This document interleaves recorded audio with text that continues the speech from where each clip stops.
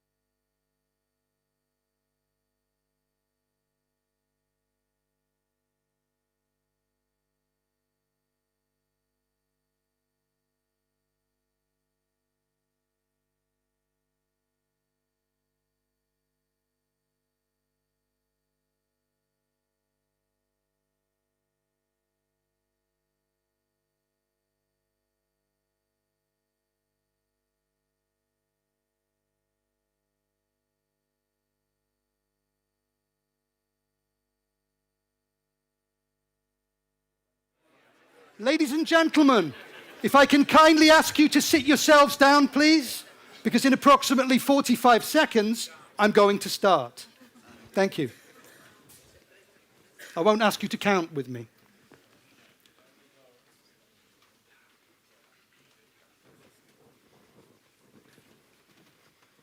It's a rapid 45 seconds, ladies and gentlemen.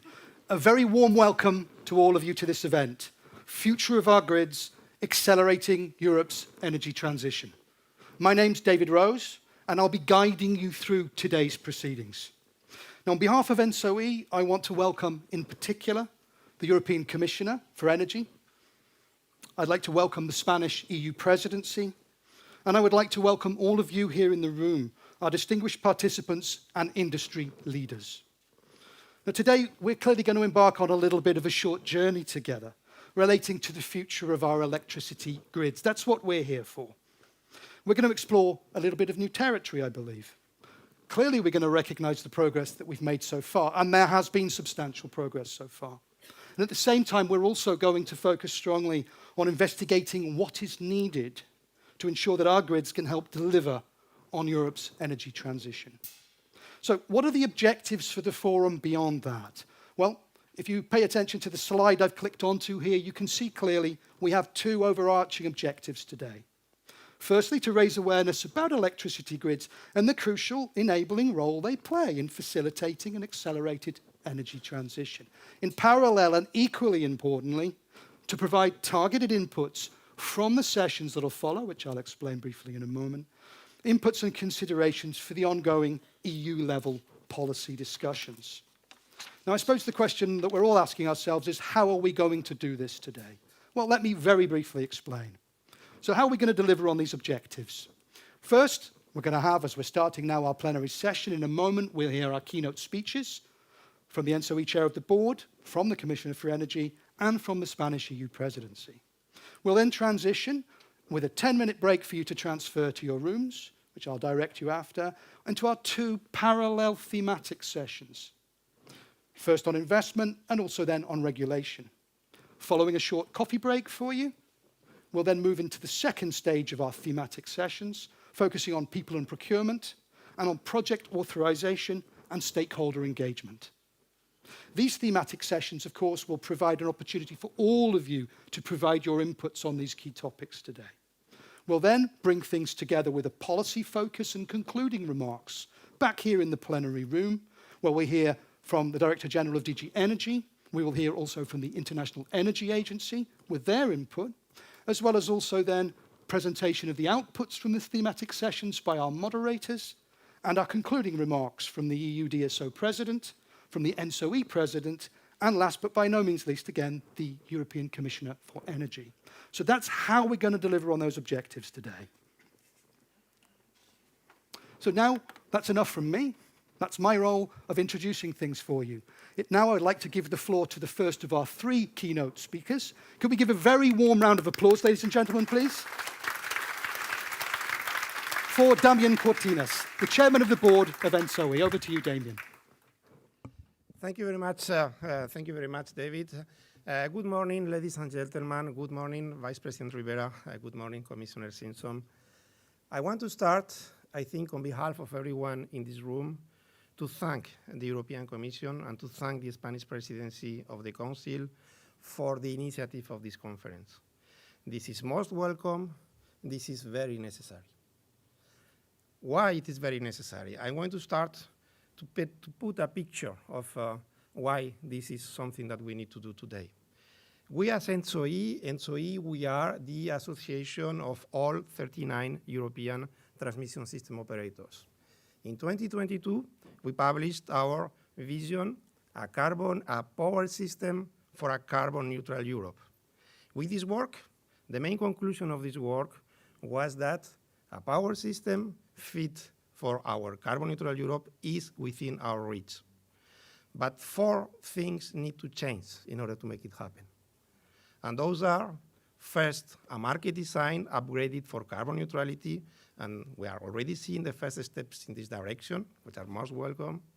Second, we need flexibility sources to compensate for the increased weather dependency and complexity of the system.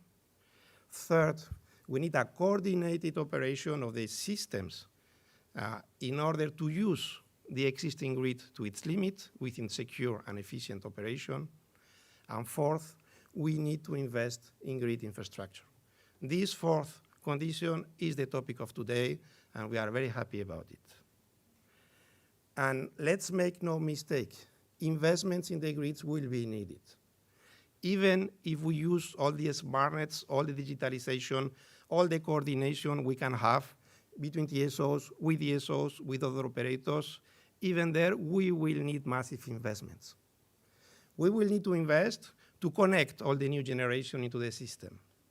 We will need to invest for the solidarity between regions and countries of Europe, and in particular for the sharing of the flexibilities that we'll need tomorrow.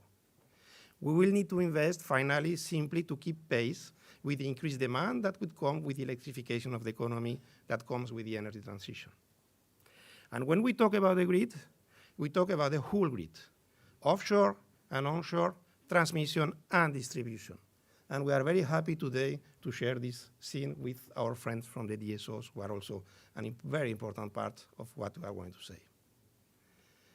Let me give you some figures, very high-level ones. There will be others during the sessions coming from our last ENTSO-E analysis. If we take all the European countries together, we estimate we will need 220 billion euros from here to 2030 in order to accompany the energy transition. We estimate we will need 335 billion more between 2030 and 2040. If we look at offshore, when we put together all the national plans for offshore of European Union countries, we see a target of capacity of 112 gigawatts by 2030, that is almost tomorrow, and we see a target of 258 gigawatts for 2040. All this generation will need to be connected to the mainland and then transported and distributed across Europe. So again, let's make no mistake, investments will be needed. And in the analysis we all made, we see 4 main challenges in order to transform this investment from planning into reality, from paper into infrastructure. Those are financing, those are the regulatory framework, the supply chains and the skills that comes with it, and the social acceptability. These 4 topics are the 4 sessions that David described before, and we are going to discuss all through them. First session, we look at how to secure and mobilize all the financing that will be needed in order to support the new and upgraded grid infrastructure. The second session, we discuss how policy and regulation can accelerate the investment that we will need. The third one, we'll look at how the challenges that the manufacturing capability in Europe see today, again, in capability and skills, can be dealt with. And the fourth one, again, also one of the most important ones, we'll discuss how to better include local communities and public at large to foster acceptability of our grids. Let us all be clear today. Without the necessary investments in the grid, the energy transition will simply not happen. Today, we have in this room all the major decision makers on this key issue. Executives from the whole electricity industry, regulatory authorities, member states, and the European Commission. We thank you all for being here today. And now, let's make this conference the start of a journey that will unlock a power grid fit for our carbon neutral future. Thank you very much.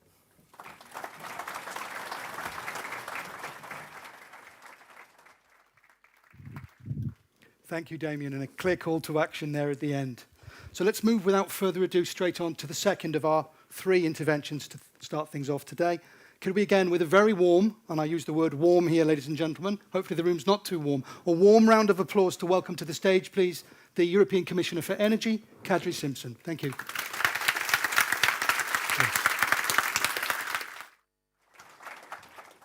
Ladies and gentlemen, dear Teresa, dear Damian, I'm very pleased to be here with you and to stay with you for all this morning. Let me start by thanking President Boldis and Secretary General Toig and ENTSO-E for doing such a great job organizing today's event. Another big thanks to Acer, the EU DSO entity, and EIB, and the other partners for their support in making today happen. A high-level dedicated forum on European grids was not on anyone's agenda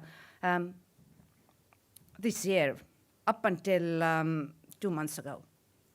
The past year and a half has been one of the most turbulent and volatile times for Europe's energy system, I can say, in recent history. Responding to the energy crisis required so much of our attention and time. But there is one moment that really stands out in my memory.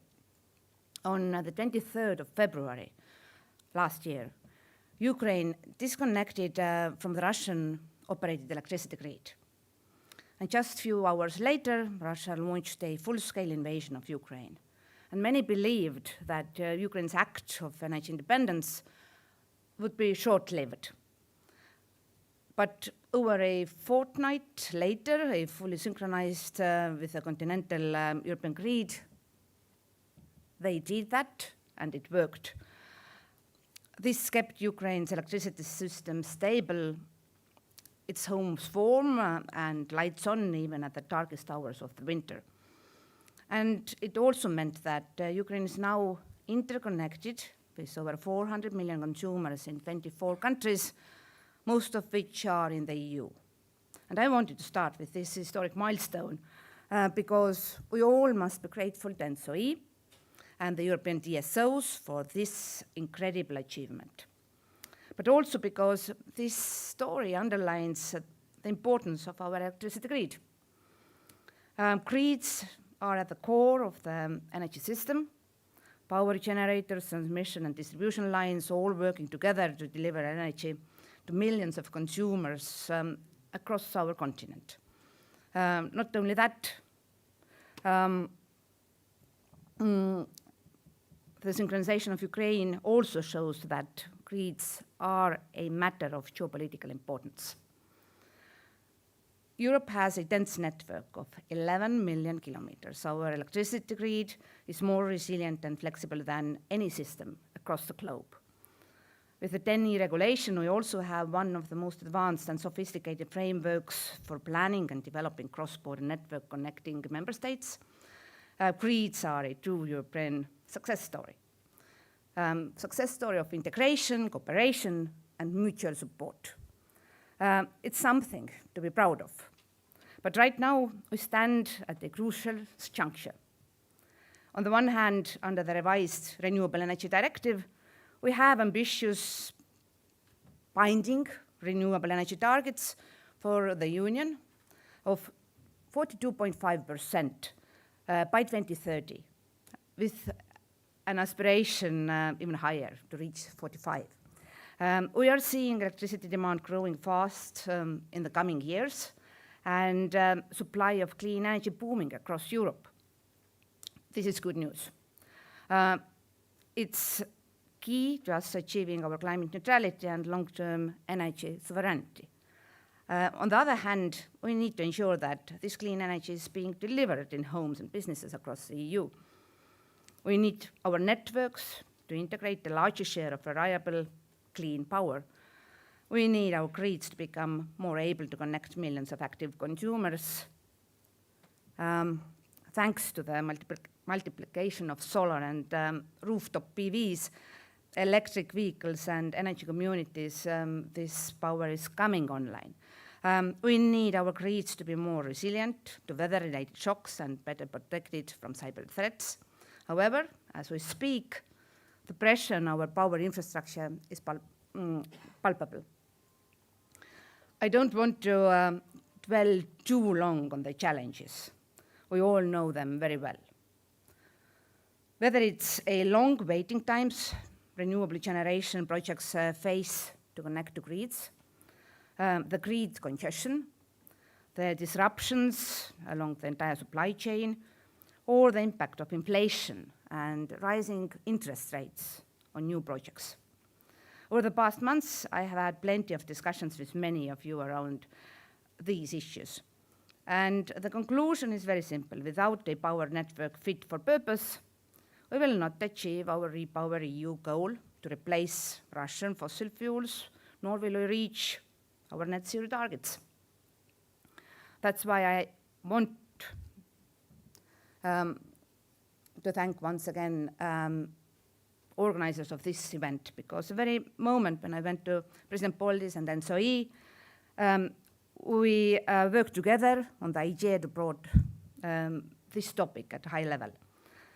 Because our grids are an incredible asset, and we need them to keep pace with the changing energy environment. And we need solutions to turn a potential barrier into a powerful enabler of the clean energy transition, solutions to make our grid stronger, more digital, cyber-proof and resilient. And going forward, this will require changing gear in different areas. The first one is investment. Europe needs to invest 584 billion euros by 2030 to modernize and expand its grids. This is huge. But we actually can get there. In July, the EIB increased financing by 50% to 45 billion euros until 2027 under its Repower EU Plus initiative. And this is expected to mobilize over 150 billion euros in new green investments. the EIB can be an even stronger partner for investors and industry in green projects. Imagine what we could achieve if we develop new financial instruments and solutions beyond the classic long-term investments. The proposed new electricity market reform will also make a difference. We expect it to change remuneration mechanism for green projects and boost anticipatory investments. So I am urging member states to make progress as soon as possible. We need the investment security and the new rules in place by the end of this year. Second, imagine what we could achieve if we further break down regulatory barriers. Let's take the issue of permitting and authorization. Last year's energy legislation that came due to the emergency is already helping authorize new renewable projects faster. It extends to the necessary grid connections. And imagine if this could also apply to all transmission projects, so they are fast-tracked without cutting corners on environmental safeguards. Imagine, too, if we were able to develop new ways to involve and bring on board local communities to ensure support for new grid connections. And by 2030, Europe is to deploy around 111 gigawatt of offshore wind energy, and by 2050, around 317 gigawatts. And these are the highest offshore targets right now in the world. Imagine the impact if we can smoothly integrate offshore wind assets into the onshore grids. Third, the crisis has clearly shown the importance of cross-border interconnections. Europe stands to gain so much if we revitalize regional cooperation and make progress on cross-border interconnections. ENTSO-E's latest 10-year network development plan, 2022, shows how Europe needs to invest 6 billion per year up to 2040 in cross-border infrastructure. The 15% interconnection target, like in the Iberian Peninsula, is not just a benchmark. It is the best way to further bolster our security of supply and competitiveness. Fourth, we need to have more efficient grids by digitalizing our energy system and investing in smart grids. With increasing shares of solar and wind, it's become more important to match demand and supply. And this requires real-time data and price signals, allowing consumers, businesses, and smart energy appliances to respond to the system needs. Fifth, we need to seize industrial and commercial opportunities for grids. We all read the reports of projects delayed or suspended because waiting times for components may go beyond 2030, or because of rising costs. But let's not forget that the 3 largest cable manufacturers in the world are based here in Europe. If we were able to boost our industrial capacity, expand the pool of skilled labor, improve supply chain, all of this would turn into jobs, growth, opportunities. That's why we recently put forward a proposal for a net zero industry act. And this will support cable manufacturing along with other clean technologies for our domestic and export markets. By 2030, 80 million kilometers of new grids will be needed worldwide. It is an opportunity to grasp for Europe's industrial manufacturer. Dear colleagues, over the course of this morning, I'm sure we will discuss all of this and much more. From the US to India, from Brazil to China, everyone is coming to terms with the strategic relevance of grids. Everyone is struggling with similar challenges of expansion and upgrading, permitting, and financing. As Europe, we must tackle this challenge head on. And today's conference is just the beginning. It is a way to bring together policymakers, regulators, investors, and industry. Today we can move the grids debate center stage to seek together new solutions and ideas. And we are planting a seed And we'll have an opportunity to take this forward at the PCI days already in November and at the Copenhagen Forum next year. It is work that will continue beyond this Commission's mandate and bear fruit in years to come. I will be with you throughout this day, and I will join some workshops, discussions, and I will conclude later on. And I'm very happy now to give the floor to Minister Ribera. Teresa, you are very welcome.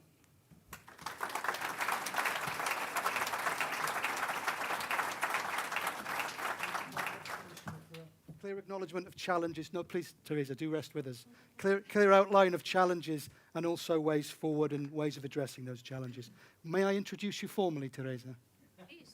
I would like to formally introduce, ladies and gentlemen, the third Vice President of the Government of Spain and Minister for Ecological Transition and Demographic Challenge, representing the Spanish presidency. Warm round of applause, please, ladies and gentlemen. For Teresa Ribera Rodriguez. Teresa. Thank you so much. And I take note that formal introduction means an applause, which is fantastic. Thank you so much, dear Commissioner, dear Presidents and CEOs, dear friends. I am very happy to be here with you this morning for something which is very, very important. Quite relevant in policy terms, but quite relevant also as an opportunity to build a much more progressive and prosperous Europe. Many of you may remember Mark Carney, the governor of the Bank of England, some years ago stated in a speech talking about climate finance and climate action and its impact on the economy, talking about the tragedy of the horizon.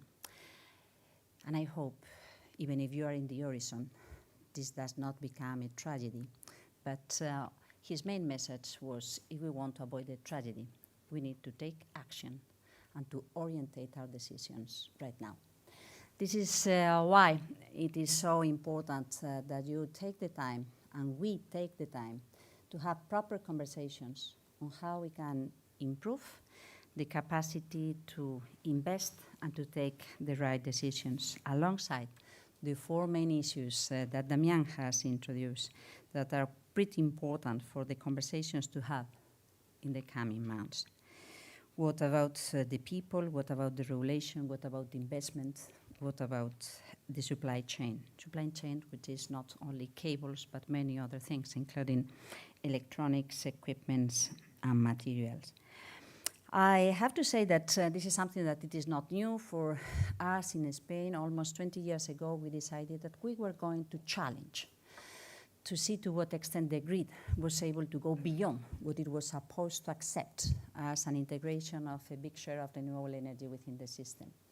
And of course, it was quite a big challenge for all the people working in Red Eléctrica, and it required a huge investment in our capacities to monitor and to be sure that the quality of the service was quite good, as it was expected to be. And I think that it was a great success, and we learned a lot. It was an almost isolated system, for the reasons that the Commissioner was commenting some minutes ago. We knew that we were going towards something that would require to understand how the small capacity to generate power with the great installations used to generate power could work together within the system, how we could be sure that there was a capacity to back up, and to what extent the grid itself could be a kind of a storage system that could work even better if the system was larger than if it was smaller. Since then, there have been many things happening around, and there is an increased understanding from governments and regulators on the critical importance to invest on grids, both distribution and transmission grids, but also in the skills that we require to people in order to be sure that this is still going to be a success story, full of opportunities and challenges. It represents a great impact on the decisions to be taken around the energy transition. We want to build an energy system based on efficiency and improvements of the demand management, electrification to ensure the decarbonization in the final consumption of energy, with a high share of renewable energy facilitating innovation and reducing dependencies from abroad, and reliable. So thinking about the storage solutions that we need to put in place, deploying a more flexible and secure energy system. And all this means innovation, different needs which also impact on the management of the grids and security requirements. But as I said, it also implies new skills. I agree with all of you when you say we need to be proud, because we have good reasons to be proud of what it has been going on in Europe. We are at the forefront of climate ambition, but we are also at the forefront on the improvements and developments in the new energy solutions, including grids. And we are providing a successful response to how we should accelerate the energy transition and electrification of our economies. We know that this is a great opportunity, so this positive horizon that was quoted by Mark Carney. But at the same time, we know that there are high expectations on each of us coming from an average citizen, an average industry, an average business in Europe and elsewhere. We are well positioned, and you are the very best players to know what we need and what we have learned in the recent years. Renewable electricity, along with other new energy vectors such as hydrogen and renewable gases, will be at the cornerstone of the global energy policy for a long while. But grids, infrastructure, to be sure that this works perfectly well, will also be part of the equation. Investments, as you have already said, are huge. We need to be confident, but we need to be trustful for those taking decisions on investments. Grids, both in transmission and distribution, will increasingly be synonymous to supply security and the possibility of integrating new technologies and to ensure that the energy transition takes place. This means changes in the way we plan grids for both transportation and distribution, considering scenarios that go up to 100% renewable supply from now on. The transmission and distribution grids are the corridors that allow or limit the opportunities of this transformation, of this revolution. Therefore, planning processes should be sound and fast, but also the grid operators have to be as smart as possible to ensure that these opportunities can be achievable. In addition, yes, we need interconnections. We need interconnections, and we have experienced along the last year to what extent this is a very important response whenever there is a crisis, wherever the crisis is. That provides flexibility, security, and efficiency in the use of the infrastructure. That provides a channel to ensure that complementarity among our countries can be used and benefit all the citizens around Europe. Energy policy and new governance in the energy transition must gain relevance and policy coordination within the European Union. And I would say that this does not have to be perceived as a threat, but as a great opportunity to build more Europe, to build more cooperation, to enjoy a much more fruitful European values, European alliance. Many countries are now investing in renewable resources and infrastructures that may end up being consumed in other countries. Are we ready to ensure that this is possible? This will require a robust institutional setup and European coordination, and we have the grounds where we can build this building. Integration of our international electricity market through the development of cross-border interconnections is crucial to ensure the adequate performance of renewable energies, security of supply, a level playing field, affordable and stable electricity prices throughout the European Union. And I think that this is, as you say, within reach. European Union wants to reduce their own dependencies in terms of energy, raw materials, and industrial value chains. So it is also important to go beyond this energy perspective and to understand to what extent this is a crucial, relevant cornerstone for the industrialization, reindustrialization, and new opportunities for new industries, services, and business all along Europe. To do this, we need robust infrastructure, affordable and predictable prices. Invest in innovation, thinking in new alternative raw materials. Summing up, this is a win-win situation for all, or a risk-defeat resulted in a missed opportunity for the whole European Union. And we know very well where we want to be. Not a tragedy, but a fantastic horizon for all. So there are still many questions, and probably this is part of the exercise today, how to respond to these questions.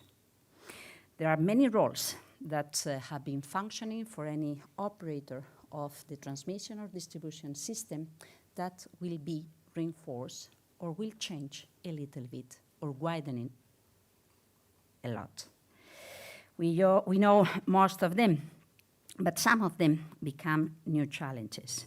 We know that we need to think in terms of storage solutions, security of supply, smart demand management, integration of increasing renewable energies installed capacity, management and anticipation of the future offshore, present and future offshore wind installed capacity and submarine grids, adaptation to hydrogen requirements and complementarities between the different TSOs and DSOs, but also thinking on what type of coordination this could mean for the governance of the new map of Europe.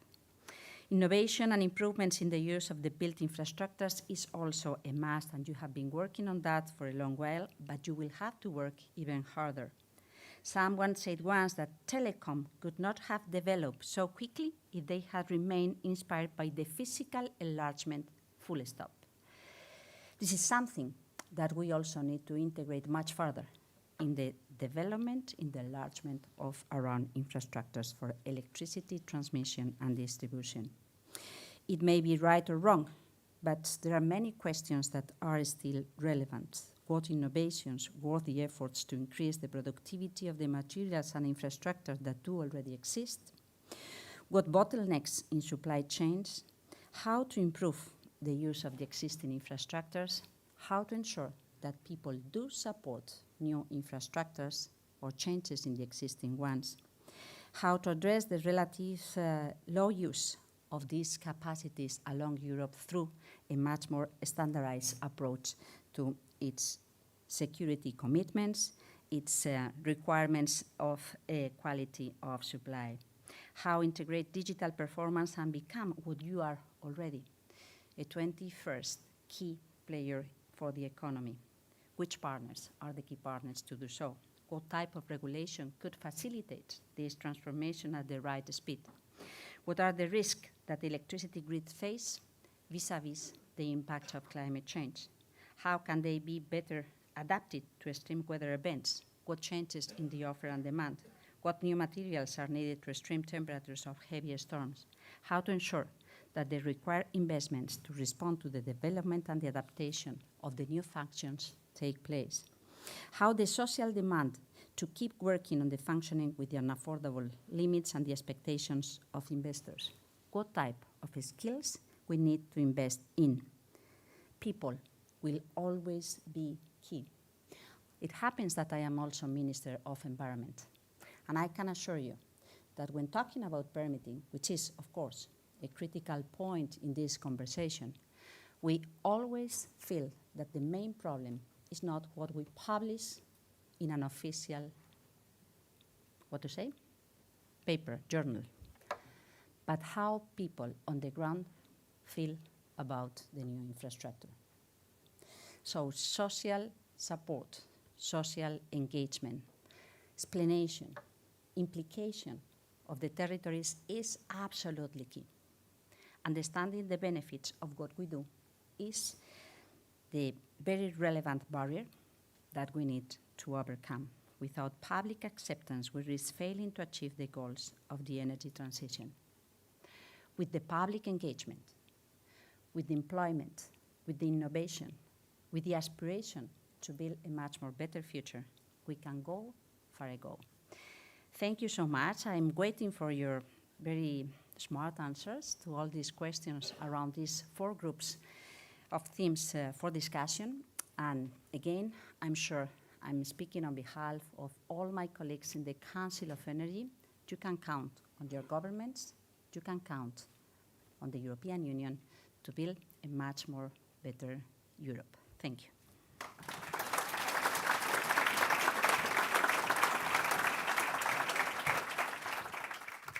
Thank you very much, Vice President. So, now, having concluded our 3 opening interventions, there is one thing left for us to do, and I will require about 45 seconds of your time, ladies and gentlemen. I'll draw your attention to the screens here or here, and I will tell you where we're going next. We said we were on a journey. Yeah?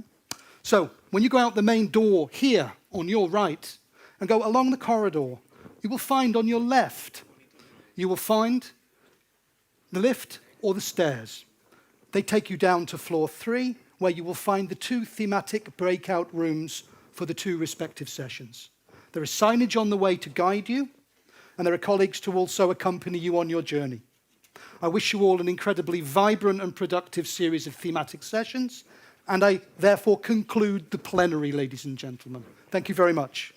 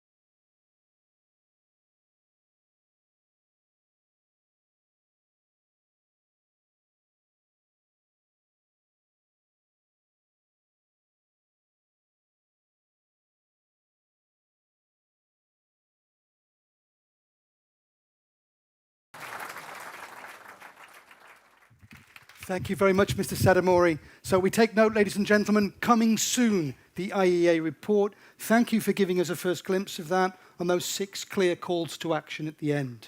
So we transition now rapidly, ladies and gentlemen, into having the conclusions from our thematic sessions. We'll take them in sequential numerical order, which is no message of any kind about relative priority or importance. They are all equally equal, I note. And with this, I will hand over to the first of our presenters, Peter Vermaat, the Secretary General of DSO Entity, for session 1. Ladies and gentlemen, a round of applause, please.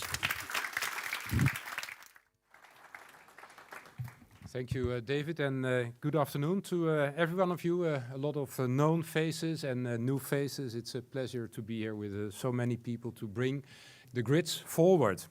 And what did we do in session 1? The key question in session 1 was how to secure investment for the future-proof sustainable energy system grids. And before we went into an interaction with the audience, we put a little bit of framing from the DSO perspective. So we shared the need for growth, we shared the numbers, they have been around today, and obviously for TSOs there is a massive investment both onshore and offshore. For DSOs, well, you can imagine a bit different. We do business onshore only, but it was nice perhaps to compare the figures, because not everybody is aware that the investments of the DSOs are 3 to 4 times higher than the TSO investments onshore, right? So not the offshore part, but it illustrates, I think, the decentralized nature of the energy transition. And also it illustrates that the investments in the DSO grid are getting close to the consumer to empower the consumer to deploy flexibility, to connect all heat pumps and solar PV and whatever is necessary to have all resources sustainable. And after a very nice contribution from 3 expert speakers on many dimensions of this question, we had a nice exchange. And I think that looking back, we can wrap that up in 5 sort of bullets, 5 areas of conclusions. The first one, we shared the importance to have the grids at the center of the attention. Not only because we are serving households or industry, but in fact the wide service to society in all aspects of society require good grids. It was a pleasure to note that everybody is aware that we can be happy of the performance of the grids in the past and the present, right? It was remembered also earlier today that even in a big crisis, the grids were sustainable and reliable in their performance. And let's not forget about that. When we change the grid, we do it in a system that is fully in operation. Now, based on that, it was also clear that the increase in sustainable resources, in heat pumps, in electric vehicles, requires that anticipatory investments are necessary. It's not need only, but also only anticipation. The grids simply need to be ready. Then the third area, when looking at that and based on that, where you need to do anticipatory investments, and if you look at the growth rate of investments, that will require a forward-looking regulation. So we need to work on that together to accommodate the rapid growth, so that the forward-looking perspective can be financed by the companies. But also it's important that we have a bit of intelligent adaptability, because we can see that plans will change and we need to be able to adapt to that either from the company or the financing. The fourth area you can give the title of connecting regulation and financial markets. So from what I said before, it's really important that we use all sources of financing, all instruments we have there. It was very nicely illustrated by EIB, equity, loans, funds, EU funding. And it's also important that we remove barriers for smaller companies. Mostly TSOs are quite a sizable company, but for DSOs, you must imagine that we are talking about, well, up to 2,000 of companies even, from very small to very large, and sometimes barriers emerge for the smaller companies to step up in the investment capacity. Fifth area, closely related to that, we need to connect to the financial markets in a way that the understanding of the regulatory system is more clear, so that efficient risk allocation can be done and that the rating is adequate to facilitate efficient funding, so that the rating is tuning into the risk profile of the companies. Last but not least, we shared that it's not only necessary to invest in the grids, but we also need to invest in the entire value chain, producing equipment, producing cables, substations. Everything in the chain of the energy needs to step up. All of this was shared, I think, in a very energetic, hopeful spirit, also looking forward to, for instance, using this call for action also for further exploration in the Copenhagen Forum or any other track that we can think of together. Thank you very much. This was the summary for session 1, and I hand over to session 2 through David. Thank you. And without further ado, I'll hand over to the Director of ESA, Christian Zinglersen. Over to you, please. So I'll take over where Peter left off. Sonia and I had the pleasure of co-moderating session 2, where we deliberately set out to put differences on the table so we don't have a long enumeration of topics in the spirit of a good, cordial talk, but more to get a few divergences on the table. And I think we got some consensus items and a few differences of opinion as well. My summary will be in 2 parts. I will have 5 sort of broader, let's call it high-level type impressions, and then I will have 7 or 8 more concrete examples as such under those headlines, as it were.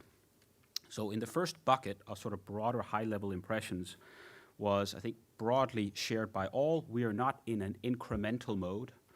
We are in a different type of mode, and so we need to do things differently. It is not the same approach or the same mechanisms. Some spoke a bit of the risk of discontinuity, and therefore we need to recalibrate the different wheels, as it were. At the same time, let's not throw all the babies out with the bathwater. There are things that work, and let's not overreach and extend in terms of the reform zeal.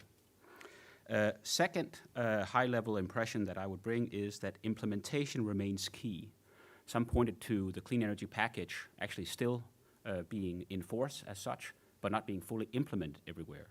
So in the appropriate eager to adopt new tools and processes and measures, let's not forget that there is an implementation challenge here and there, which we also need to focus on. Third, an impression was that we are doing and discussing this in a broader context, where one key manufacturer put it that in the past, they were competing for orders. Now it seems that regulatory jurisdictions are competing to get their pipeline, as it were. So a bit of a different world. The upside being that the world seems to move in a similar direction. The downside being that there are actually significant supply chain issues and they need to be tackled as well, and they extend beyond Europe. Fourth high-level message, I'll coin what Birger said. We need toothpaste dynamics, which I think is a nice political way of framing it, which basically means we need to get the max out of what we have and the max out of what we were building. I think this was actually one of the bullets from Keske also in that, doing that. And that has several connotations to it in terms of demand-side response, but also benefit sharings and other aspects. And the fifth high-level impression, if you will, was that there are significant dilemmas ahead, and they are fundamentally political. And we came, I mentioned it here because we had a talk about something which arguably is a bit techy. It's cross-border cost allocation principles, yes, where we have some examples in Europe about costs lying differently from where they fall. So let's say deviating from a territorial type principle, but lo and behold, in what instances does that come up often? It's when the EU pays. It's much easier to agree on a different distribution of costs if you're not picking up the bill, if I can be a bit blunt. So one answer to that would, of course, be, well, let's increase the level of socialized funding, which is probably part of the approach. But I remember Minister Ribera also saying, maybe we're entering into a different pact. We're doing things more together. That brings up a lot of benefit sharing, but actually it also brings up a bit of cost sharing. So I wonder if the only approach there is to add zeros on the EU check, or whether we need to get into a, let's say, a more genuinely political conversation on top. Those were the 5, let's say, big, high-level impressions, if you will, and I'll add a few, let's say 7 or 8, a little bit more concrete things. The first is around the notion of anticipatory investment. I think it's fairly consensual that those who are involved in approving anticipatory investment need to allow for more risk, because we're not in incremental mode, we're in an accelerated mode. So the risk appetite, if you will, from those pushing the different buttons will need to increase. That includes regulators. There is this quite a distinct need to use better what we already have and to efficiently utilize that which we will soon build. As mentioned, this has a demand-side response activation component where we're far from there yet, benefit-sharing components, technology, digitalization component, etc. Third, we of course all agree that permitting needs to be less delayed, as it were, and steps have been taken in that respect. But it's a multifaceted issue. It's not just about speed, it's also about residual risk. So to what extent can part of the acceleration of permitting be delayed to be linked to who picks up the risk in case of delay, the delay which we are trying not to have, but in case it were to happen, who carries the risk? And maybe some reform needs to happen there. With the echoing, a bit like what Keske's slide was showing, that the smaller voltage levels are, let's say, easier to expedite than the higher voltage level new build. Fourthly, broadly consensual, I took that this is a long-term path we have ahead, and therefore maybe the planning horizon needs to extend beyond 5-10 years. Maybe it needs to go beyond.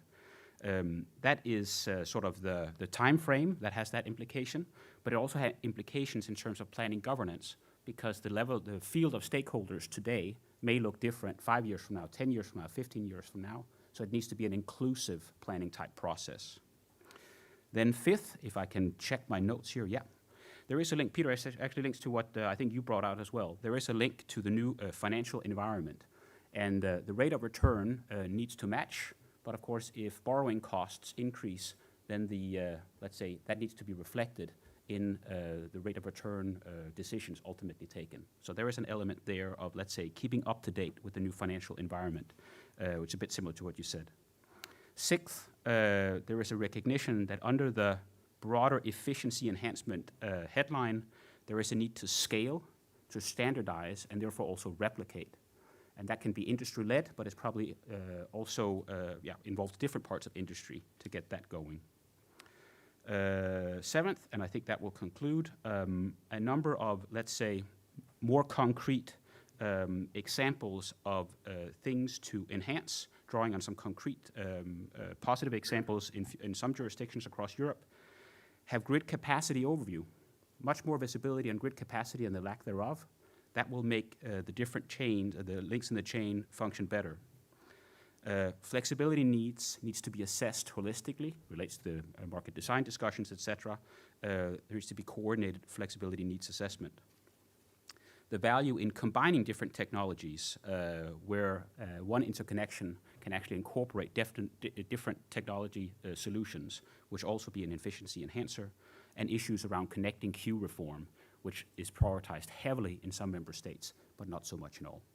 That would be the seventh concretization in addition to these 5 broader high-level type impressions, which I would bring back, and we'll try to put something together on paper in the next days or so and make that available in due course. Thank you.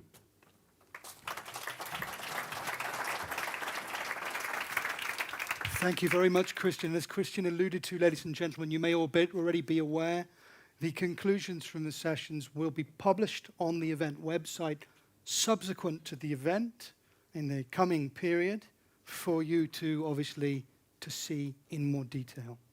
And without further ado, let's move on to the third of our 4 reportings now from the thematic sessions. The chairman of the board from ENTSO-E, Damian Cortinez, giving us the outputs of session 3. Can we give him a round of applause, please? Thank you, David. Third session was supply chains and skills. If you remember the introduction this morning, really one of the key issues that we need to address. We have had an extremely interesting session with a huge number of interventions from equipment providers and from electricity grid operators.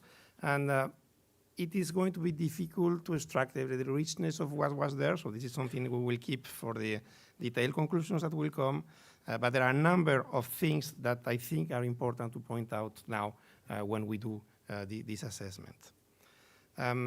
First of all, this idea that Europe needs and already has a vision on what is going to be needed. And we already have a regulatory framework that is being put in place to help with the challenges we have there, even if clearly today this is not enough, and this will need to go further than it is today. it has already been clearly said from the beginning that technology by itself is not really an issue. We have the technology we need to address the materials and the people that will be needed in order to be there. But it is clear, and this was a clear expression, I think, for all grid operators that talked at this session, that there are clear bottlenecks today in the system. Bottlenecks, which means that when we need material to be delivered, simply takes a lot of time, or it's not there, or needs some kind of strategies that operators are putting in place that are clearly not the best way to address the energy transition in order to have the materials we need to build the infrastructure. To address these bottlenecks, there are a number of challenges. And I think I can be fair when I say that what technology providers mostly expect, in particularly from grid operators, but also from regulatory authorities, can be summarized in several key points. First of all, they want us to address the whole grid. Transmission, distribution, and even some of them talked about the final consumers on the electrification of the economy. For them, this is a key issue, and it is clear that for us and the cooperation we are having today between TSOs and TSOs at national and European level should be one of the keys to address this need to have an overall view. Equipment producers are asking for more visibility. Visibility about what will be need to produce in order to have the materials we need. And visibility means commitments and having an idea for the long term. Long term being very different between distribution and transmission, but this is something that clearly is today expected from grid operators. Another thing that is expected is standardization. Standardization means two different things, but I think they are both part of the equation. The standards by themselves that follow a procedure by standardization bodies with everything that comes with it, but also simply standards on the way we buy things, on the way we have procedures. Some of the equipments we're talking about working in a country with a significant number of TSOs and DSOs and having to handle hundreds of different procedures in order to be able to do it. These are clearly some things that we as grid operators can work on. A number of TSOs and DSOs are already doing that. And I think you know which they are. They are already having long-term planning about what needs to be done. They are providing visibility about what needs to be bought. They are also working on way to have standard procedures. In the European arena, we think that ENTSO-E, with our DSO friends, this is something we can work on as well to see how can provide this visibility. But what is also clear is that in front of that, grid operators will need commitment also from the manufacturing companies so that the bottlenecks will be solved, that the manufacturing capacity will be there, that the skills will be developed, that we will be able to have the materials we need to build the grids that needs to be built for the energy transition. One of the things that also came very clearly of this debate on the challenges is the issue that becomes very clearly very political, but it needs to be on the table, is the level playing field. As one of them was putting it, today, when they go to the United States, they have the Buy American Act. It's difficult to go there. When they go to China, it's completely closed. It's not the same in Europe. Grid operators also were talking about the social dimension of this. One of the keys for the acceptability of the infrastructure we need to put there is this fact that this is going to serve the European economy. And not only through the electricity grid itself, but also the European economy at large by the jobs that will be there. There is clearly a tension there that needs to be solved between this idea that we have a very important amount of European money going into that. How can it benefit the whole European economy on the one side? On the other side, also remarks, we have some of the biggest global manufacturers of equipment today in Europe. They have global supply chains. They need also to be able to leverage them. There is a tension there, but that will need to be solved because I think both are legitimate and both are things that need to be part of the equation. This last aspect is clearly a regulatory aspect, or even I would say a political aspect more than regulatory. It needs to be addressed. There were also some other ideas on regulatory improvements that would need to be made. Always the issue of simplifying permitting, even if, again, a lot of things have already been done in this direction. And some examples. For instance, on the raw material acts, it seems that aluminum is not part of it, and 70% of the material for distribution networks is aluminum, for instance, to give you one of the examples. There are some regulatory tweaks, some regulatory improvements that need to be there, and this is also something we need to work with the regulatory authorities, how to put it out there. And I would say finally, because finally is not because it's less important, because probably it's something that comes on top of all of that, there is the issue of the people that comes behind that. Today, there is a shortage of people having the right skills for the manufacturing, for operate. We are in the whole industry, in the whole value chain today, we are looking after the same type of engineers, the same type of technicians, and today we do not have enough in Europe. This is clearly a job growth opportunity for the next 30 years. But today, the fact is that a lot of our young people do not see this as a sexy career. This is something we need to work on, because clearly it's part of the solution. Clearly it is, and we shouldn't fight among ourselves to have the resources. We should promote the jobs, the high-quality jobs that will come for working for the whole industry. This is also a very important part of the equation that needs to be addressed. I would say as a preliminary conclusion on this topic, this is clearly a topic that has not one solution and not one single part of the value chain that can solve it. The key here would be collaboration, cooperation, different forms. We have a whole value chain here. We have to be proud of what we have in Europe today, from the manufacturing to the operation to the way we implement the different things. There is a clear call to concrete action. And even if there is one of the topics that probably leads itself for this very engineering concept of an action plan, it is this one. This is something we need to continue working probably from next week to see how we tackle the issues that we have ahead of us. Thank you.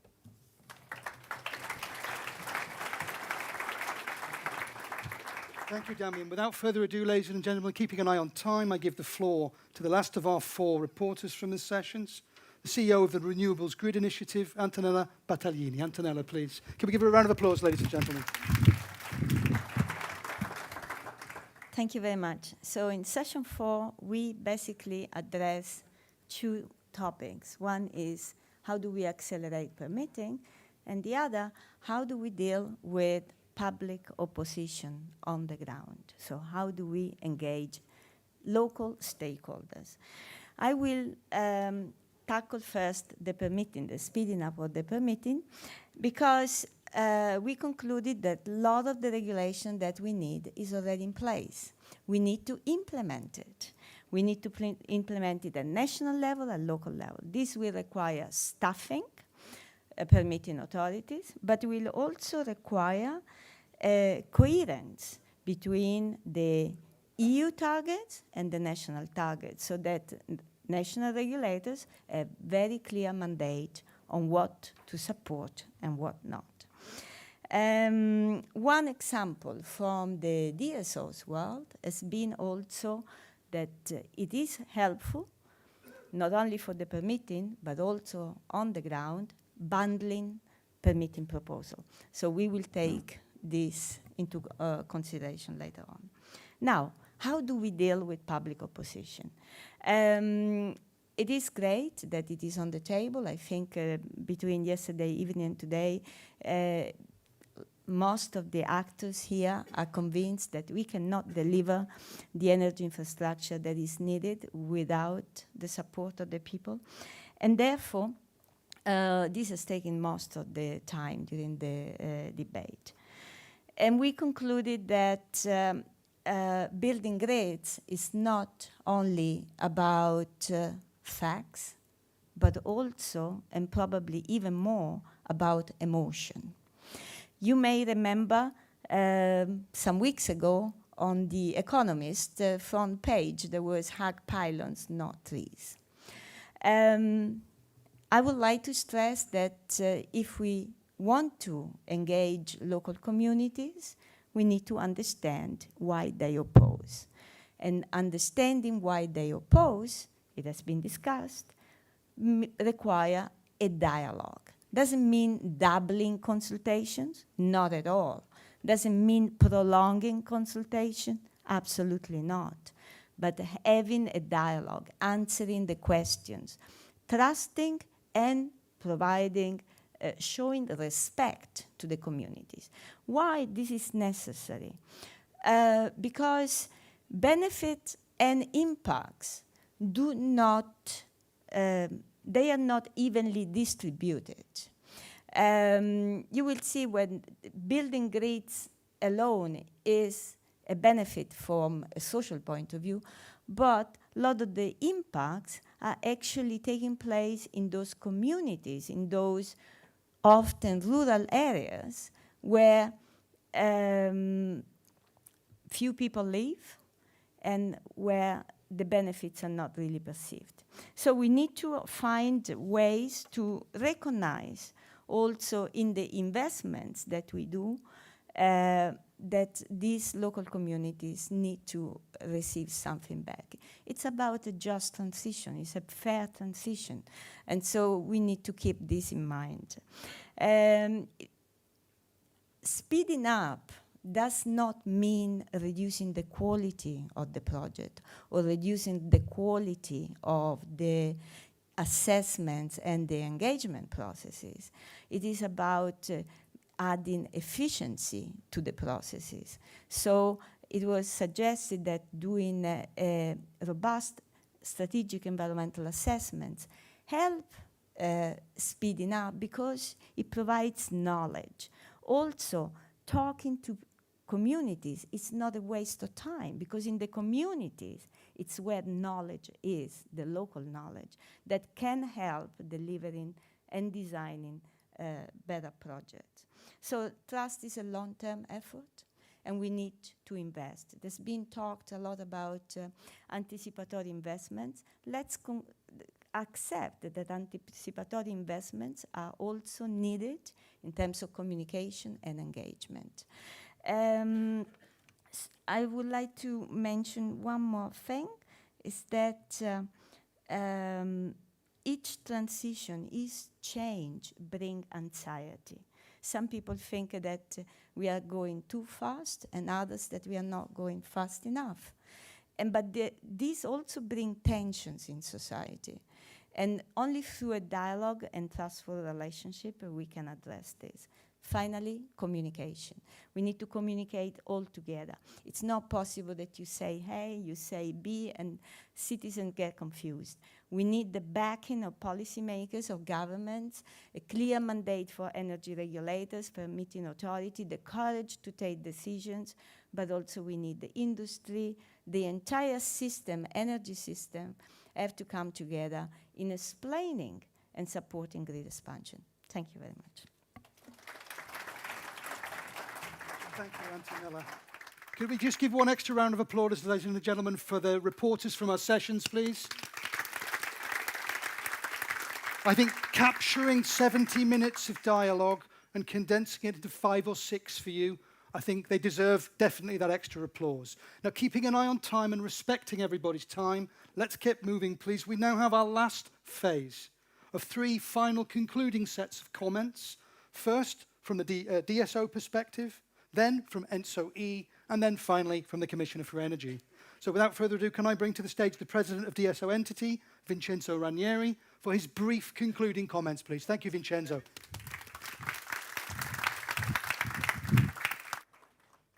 Honorable guests, dear colleagues and friends, first of all, it's a pleasure and honor to be here to open the closing remarks of this highly important event that occurred today, for which I want to, first of all, warmly thank the Commission and all this team.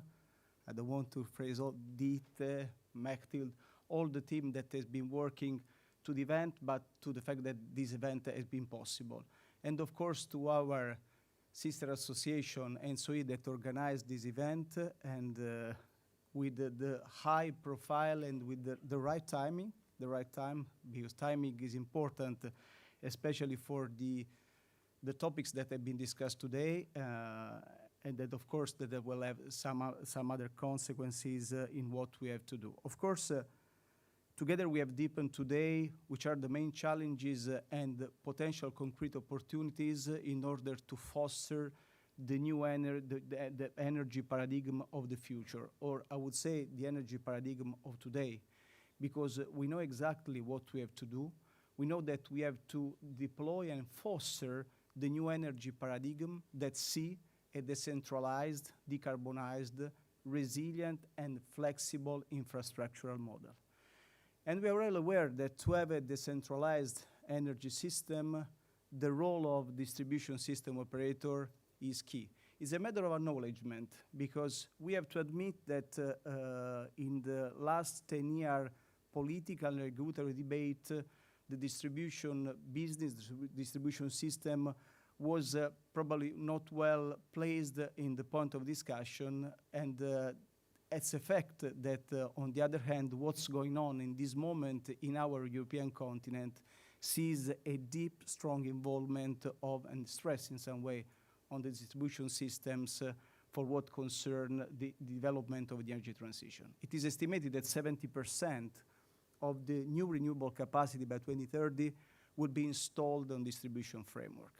And once we talk about electrification of economy, and all our mind goes to the heat pumps, to the electric vehicle, this means that there will be a huge impact on the distribution infrastructure. There is a good news. European citizens started well in advance the energy transition. The last 2 years, there was a boom of the small-scale solar PVs, but in general, small-scale renewable plants. And that means that during our discussion, European citizens kept going in increasing their involvement and their role, and even the capability of self-produce at least a portion of their energy. And they demonstrated to us that even during the shortage of Russian gas, there was a lot of concern, even in the Commission. I well remember how to deal with the winter. We'll be able to overcome the winter, and we are surprised that European citizens modified their behavior in order to decrease the consumption of gas. So, and that's the good point. This is a good starting point. What's the challenge? The challenge is to be on time and to make sure that energy transition will occur everywhere in Europe. And that's the reason why this kind of conference is placed in the right place at the right level. Because we are experiencing in some European countries, and in the session one emerged quite clearly with a concrete example that some distribution system reached the maximum limit acceptable in terms of connecting new capacity. And that's an issue, because this means that we are effective as a DSO, yes. We are on time, or are we sure that we are able to accelerate the connection of new resources? No.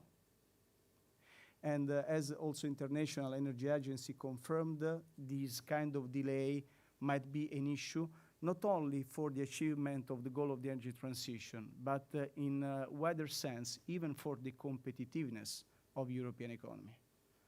Damian touched this point that is not only a technical industrial discussion, but definitely a political discussion with the current Commission, the new Parliament, necessarily has to put at the heart of the discussion.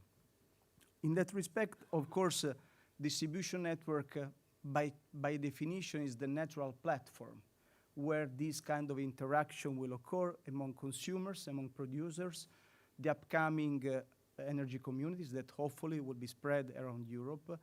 And to have this natural platform up and running and effective, we need to strengthen and to smarten the network, the grid.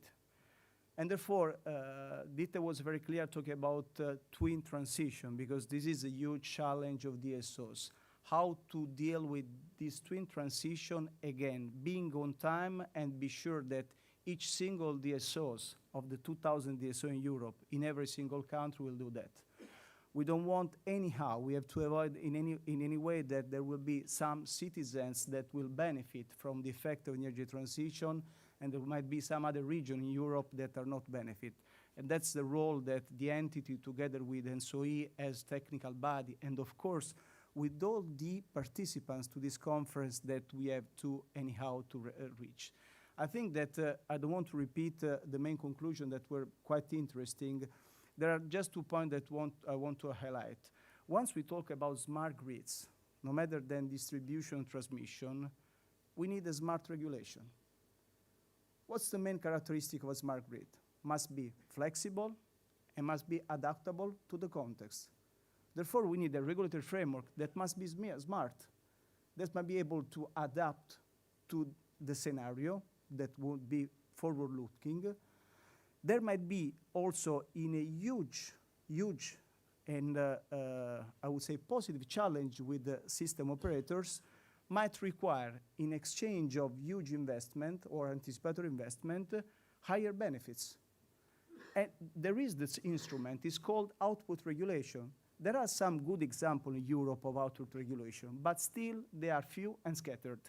Let's find a way to be sure that this kind of framework will be spread everywhere in Europe, because once the output regulation has been implemented, result and benefits for the final consumers occurred. So that's not something new. We are not starting from scratch. That's the good news. We have concrete ideas, and even the fact that after 2 hours of discussion, there are just concrete solutions is a signal that what we have done here, we have not invented something that we didn't know. What, in fact, we did here today, we have strengthened our alliance. Probably that's the first time, and it's been a thank you, of course, to you to be the promoter together with the Kadri of this conference. That's the first time that the entire industry is meeting. The first time, and it's curious. We know each other in our respective works since many years, but none of us so far took the lead to be sure that we meet together and we start to strengthen our alliance. Because once we talk about supply chain, it's not only a matter of long-term perspective. Probably, and I'm talking about CEO of a large DSO, we should reconsider also the contractual model, the engagement model. We should overcome even the idea to have a short-term contract with prices and penalties. This is the old way to see the collaboration. The regulator invented 30 years ago the profit sharing. We should reconsider this kind of mechanism even in the contractual relationship that we have among us. And once we talk about permitting, it's not a matter to accelerate or streamline the permitting of networks, and then on another table we talk about streamlining permitting renewables. We strongly need to coordinate and streamline the bundled approach. And again, is something new? No. In some countries, some operators, in order to survive, invented new scheme. I can bring the example, the Italian example that I know quite well. In Italy, I finished. Just last comment. In Italy, the permitting is coordinated between DSOs and TSO. That's something that we can do. So therefore, the idea of collaboration that we launched today is something that we can even strengthen in a more practical way. Therefore, the commitment that we can take with the Commission that in 1 year's time we'll come back here to have the follow-up of the future of our grids, and starting from the seats that we put together with some ideas, I'm sure that we'll bring able not only to bring the action plan, but probably even some outcome of this action plan. Thank you. Thank you very much, Vincenzo. So just to bring things together then, I'm going to go straight now into our next speaker, the president of ENTSO-E, Spinik Baldes. Please, Spinik, over to you. Could we give him a round of applause, ladies and gentlemen? So, looking at time, the lunch, and the commissioner with her last speech of this conference, I will try to make this very brief. I must say I am very honored and very happy to see all the committed people in this room, all the activity in the sessions. And I must say that now I am very much relieved, because we have been knocking on this door and trying to unlock the importance of the grid for years. And now this is happening. So I am very happy, very touched, and very honored again. I would like to thank the Commissioner, thank the Spanish Presidency again, and thank you all for active participation in this event. It's very important, very much appreciated, and I think it's a milestone for the future. It is a very timely moment, as it was said many times, and we will be building on that. When I looked at my internal checklist of what kind of issues we should address, I must say that I'm very happy to say that in the action points, all of them are addressed. If you will find some more, I will be really eager to see them and discuss it, because I think in the umbrella of what was said, we can address all the challenges which we have. We do know the challenges, we have a vision, and we also have a consensus. This is, I think, what we can conclude today.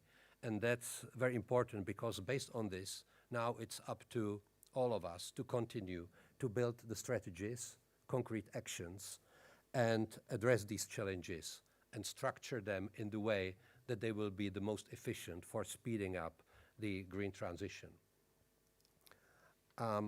There were some topics which were highlighted and resonated during these final speeches already, and they are all in line with the vision that ENTSO-E presented and with the system of systems we are trying to build. It's about one grid, it's about perspective on planning, on permitting, on incentives, and on having enough people and skills to achieve this. And of course, standardization as one of those. So, to conclude, let me say that it was a privilege for ENTSO-E to host this event and to organize a conference and to foster this very constructive discussions, because that's one of the DNAs of ENTSO-E, to provide balance and to provide connection. And I hope this was something that was very well achieved today. So your input was very much appreciated. We are now moving towards the future of the system of systems. We are moving to make these things happen on all the levels, across all the sectors. So I'm very much looking for the final outcomes of this conference. They will be transformed into takeaways, which could serve as a very good basis for specific actions, for specific strategies, for specific action plans. And I believe this was a very good and successful step of our journey that is now accomplished, and we now need to follow all together in the right direction, and let's keep the momentum. Thank you very much for attention. Thank you, Spinnik. And the briefest introduction, Commissioner, in the history of brief introductions. I would like to rapidly introduce the European Commissioner for Energy, Kadri Simson. Thank you very much. Give her a round of applause, ladies and gentlemen.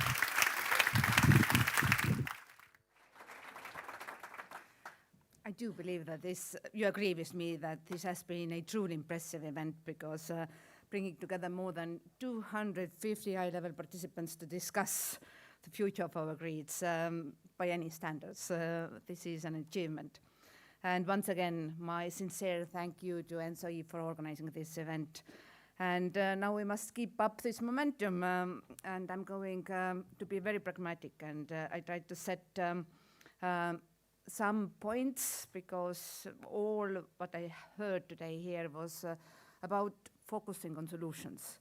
And what I heard that yes, the investment level will be a challenge, but also given that EU funds and public resources, they are limited. So we need to develop a broader range of financial instruments available to network operators and increase their access to financing. And it can only happen through a continued dialogue between industry and investors and promotional banks and EIB. And the first point I propose is to place these issues on the agenda of the upcoming EU Energy Investors Dialogue, and then at the Copenhagen Infrastructure Forum, so that we can come up with viable solutions. The financing issue is closely linked to regulatory dimension. I heard the arguments from the workshops in favor of a shift in tariff design, to have a more flexible, adaptive framework, including both capital and operating expenses. And this is what we propose in our reform of the electricity market design. Reinforce incentives for flexibility solutions, for example, but also anticipatory investments. And this will help us make the most efficient use of existing financial resources. And we will need a significant volume of infrastructure investment anyway. But we must also pursue solutions to make better and smarter use of existing grids through digitalization and flexibility. So my third point is to make progress as soon as possible on finalizing the reform of electricity market design, because we need to conclude this legislation before next year's elections. And in parallel, we have to conclude the work on the network code on smart grids. So we should also deliver on the commitment taken in the context of our digitalization of energy action plan, concluding the work on the creation of a digital twin of the electricity grid, which ENTSO-E and EUDSO have begun last December. We also discussed how we can connect the growing offshore wind capacity with mainland grid. And my next action point is that we need to provide more simplicity and clarity here. And I want to come forward by early next year with a guidance document on cost sharing. Electricity infrastructure is also a critical infrastructure, and we need to increase its resilience. By the end of the year, we need to deliver the network code on cybersecurity for the electricity sector and cross-border flows by the flows. And then there was a discussion about procurement and skilled labor force. We are talking a lot about scaling up manufacturing capacity and the skilled labor shortage. Well, visibility was there a recurrent word, and there is a lot to gain by giving manufacturers greater visibility and predictability on the pipeline of future grid reinforcement projects. As you know, right now at this very moment, we are receiving the current draft updates of national energy and climate plans. And we will stress this point also in our dialogue with member states, so that they can make their plans beyond 2030. We have also talked about how the private sector needs to lead a reskilling and upskilling. And finally, today's forum has once again highlighted the importance of fast and lean permitting and authorization rules, building trust and ensuring public support. And I do believe that we have already done a lot in this area, but what matters is implementation, and a lot happens at the national, local level. And what I see as priority for the Commission is to make sure that new RED III rules are in place by 1st of July next year with no delay. Finally, I also agree that there is much we can do without legislation. For example, early proactive engagement with all stakeholders at local and regional level. This will save us significant time and cost for litigation. And saying all that, I'm really grateful for very good conversations. I can assure you that European Commission and I myself and my team, we have put a strong focus on grids because they are emblematic of the broader challenges Green Deal faces. The challenge to move from targets, rules, frameworks to implementation, to make things happen on the ground. And that's why it is so important that we leave this forum with the willingness to continue our work jointly. The points I just mentioned come together as first sketch of the GREED action plan, a group of initial measures to step up the pace in the coming months. And I understand also that ENTSO-E will publish the conclusions in the coming days. And these documents will point us to where we need to work more and help build a more comprehensive agenda of actions. So to conclude, our work has just begun. And I hope and I propose that we will take the stock of progress on all these points, not after a year, but already next year at the Copenhagen Forum. Because grids are now front and center of our agenda, and our future success depends on that. Thank you so much.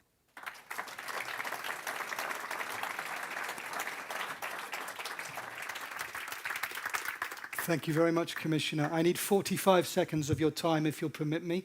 I use the word permitting in its non-technical sense here. 3 things to tell you in 45 seconds before your lunch. Point 1, I outlined 2 aims at the start of this forum for all of us. Number 1, raise awareness about grids and their enabling role in the energy transition. We've done that.